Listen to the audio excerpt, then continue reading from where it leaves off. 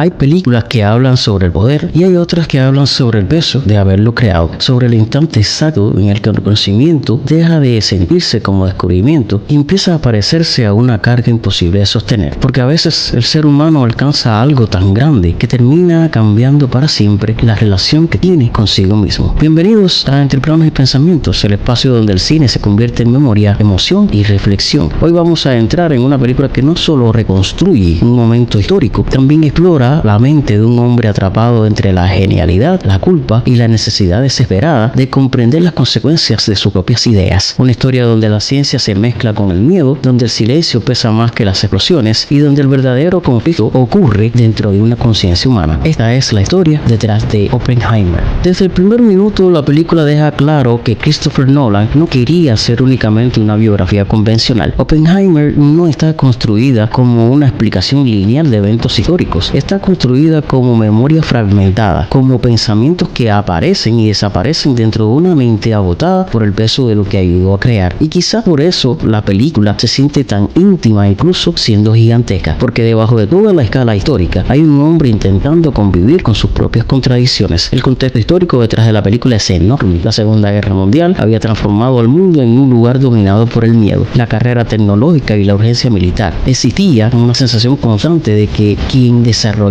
primero cierta clase de poder cambiaría el destino de la humanidad. Y en medio de esa ansiedad colectiva apareció el proyecto Manhattan. Científicos trabajando bajo presión extrema, gobiernos obsesionados con adelantarse al enemigo y una pregunta silenciosa flotando detrás de todo. ¿Qué ocurre cuando el conocimiento avanza más rápido que la capacidad moral de comprenderlo? Nolan convierte esa pregunta en el corazón emocional de la película. Visualmente Oppenheimer tiene algo hipnótico.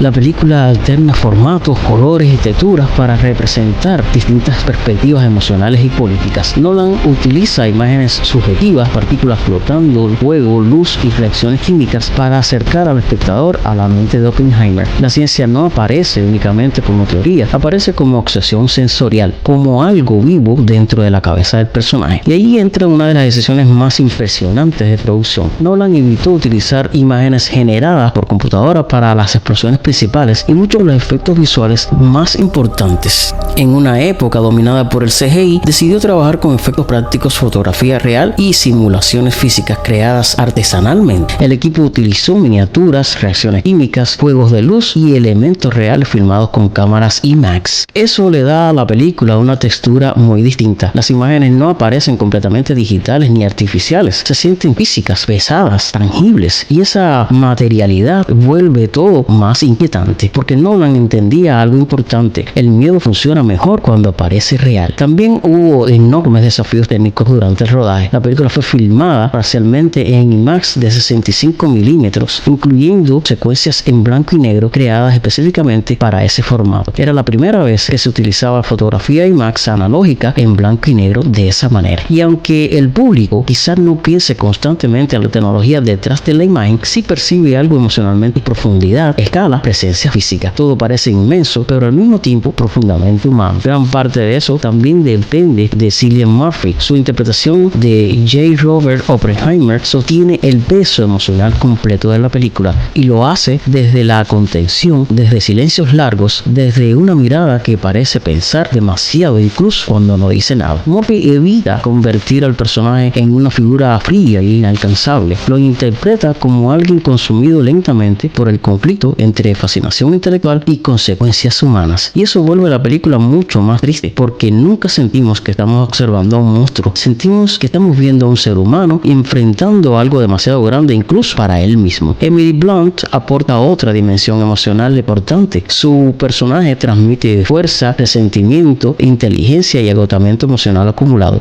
Mientras tanto, Robert Downey Jr. sorprende completamente desde un lugar más silencioso y político, alejándose muchísimo de la energía carismática con la que gran parte del público lo relaciona. Todo el elenco parece entender el tono de la película. Nadie estuvo buscando sobresalir por encima de los demás. Todos funcionan como piezas dentro de una tensión histórica y emocional enorme. El guión también representaba un desafío gigantesco: cómo convertir discusiones científicas, tensiones políticas y procesos históricos complejos en una experiencia emocionalmente intensa. Nolan resolvió eso enfocándose menos en explicar absolutamente todo y más en transmitir presión psicológica constante. La película avanza como una reacción en cadena, conversaciones, miradas, decisiones pequeñas, consecuencias enormes. Y poco a poco el espectador empieza a sentir algo muy específico, la sensación de que el mundo está acercándose a un punto del que ya no podrá regresar. Eso conecta profundamente con el contexto contemporáneo, porque aunque Oppenheimer ocurre en los años 40, muchas de sus preguntas siguen vivas hoy. ¿Qué responsabilidad tiene alguien que crea una tecnología capaz de cambiar el mundo? ¿Puede separarse el avance científico de sus consecuencias políticas o humanas? ¿Existe un momento donde el progreso deja de sentirse esperanzador y empieza a producir miedo? La película nunca intenta responder completamente esas preguntas, las deja suspendidas sobre cada escena. Y quizá por eso permanece tanto tiempo en la mente después de terminar, porque no habla únicamente sobre la creación de una bomba, habla sobre el instante en que la humanidad descubrió que ya tenía el poder suficiente para destruirse a sí misma. El sonido también juega un papel fundamental. Ludwig